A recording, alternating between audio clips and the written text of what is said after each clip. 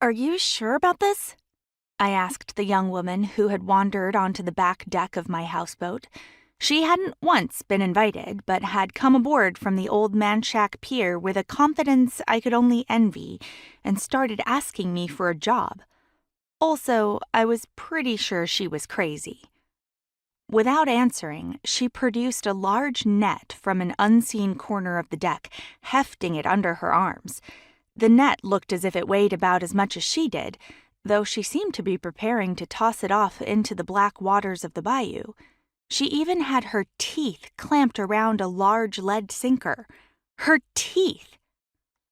Even if I do hire you, you should know I certainly can't offer dental insurance.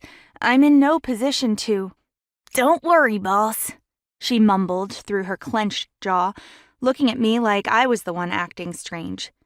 Then she turned and went into a pirouette. She was extremely graceful in the way she did it, I'll admit. Her wind-up was elegant, and she threw the net out like an Olympian might handle a discus. That net blossomed through the air in a great arc, and when it landed in the dark swamp water beneath us, it cut a perfect circle in the surface of the algae and sank immediately. No doubt it scooped up all sorts of unmentionable creatures that troubled the mud below. Then she started to tug. Gently at first, but soon she was putting her full weight into it. "Ooh-wee!" she yelled. "I got me something big and bad." "Why don't you ask it nicely?" I inquired. I watched for a moment, a bit dumbfounded by the spectacle. But I suppose, when you consider it, food delivery probably wasn't an option out this way. Perhaps the young woman's tactics were not that crazy. "Well, don't just stand there, grab the rope, Mila!"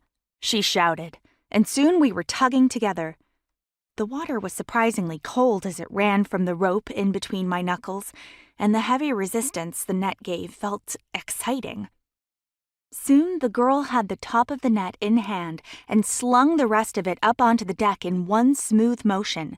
It landed against fiberglass with a somewhat unexpected sound and sat there like a wet nest.